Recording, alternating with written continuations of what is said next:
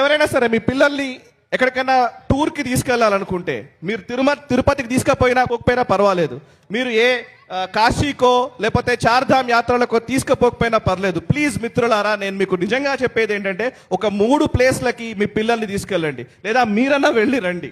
3 ప్లేస్లు ఇది గుర్తుంచుకోండి. ఈ 3 ప్లేస్ల గురించి ఖచ్చితంగా మీరు గుర్తుంచుకోండి. మీ జీవితంలో ఎంతో కొంత కష్టమో నష్టమో డబ్బులు వెనకేసుకుంటారో లేదో, అండమాన్ నికోబార్కి వెళ్ళిరండి ఒక్కసారి.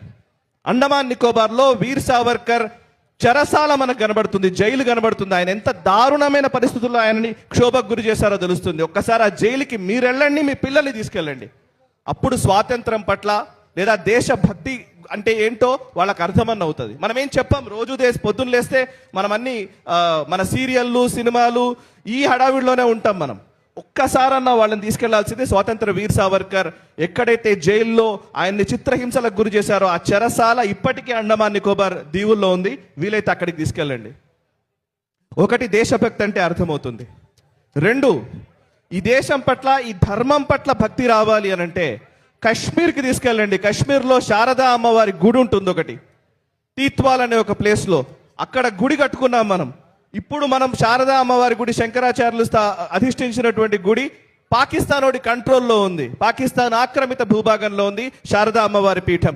అక్కడికి మనం వెళ్ళలేము, అక్కడికి వెళ్ళడానికి అవకాశం లేదు. కానీ కరెక్ట్గా బార్డర్లో ఎల్ఓసి దగ్గర తీత్వాల్ అనే ఒక గ్రామంలో ఒక గుడి కట్టాడు రవీంద్ర పండిట్ అనే వ్యక్తి. అక్కడికి తీసుకెళ్ళండి. అట్లీస్ట్ అర్థమవుతుంది. పక్కనే పాకిస్తాన్ జెండాలు కనబడతాయి, పాకిస్తాన్ సైన్యం అక్కడి నుంచి కనబడుతూ ఉంటుంది.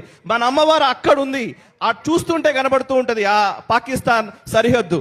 అటువైపేమో పాకిస్తాన్ ఆక్రమిత మన భూభాగమే, అది మన భూభాగమే, వాడి కంట్రోల్లో ఉంది. అటువైపు అమ్మవారు ఉంది. మనం అక్కడికి వెళ్ళలేని పరిస్థితుల్లో ఇక్కడ గుడి కట్టుకున్నాము. ఒక్కసారి తీసుకెళ్తే ఒళ్ళు మండిపోకుండా ఉన్నారంటే మాత్రం వాడు హిందువే కాదు. 3వది ఈ 2 ప్లేస్లు. 3వ ప్లేస్ కార్గిల్ వార్ మెమోరియల్ అనే ఒక ప్లేస్ ఉంది. లే దగ్గర ఉంటుంది, లదాఖ్లో ఉంటుంది. కార్గిల్ దగ్గరికి వెళ్తే మీకు అర్థమవుతుంది మిత్రులారా.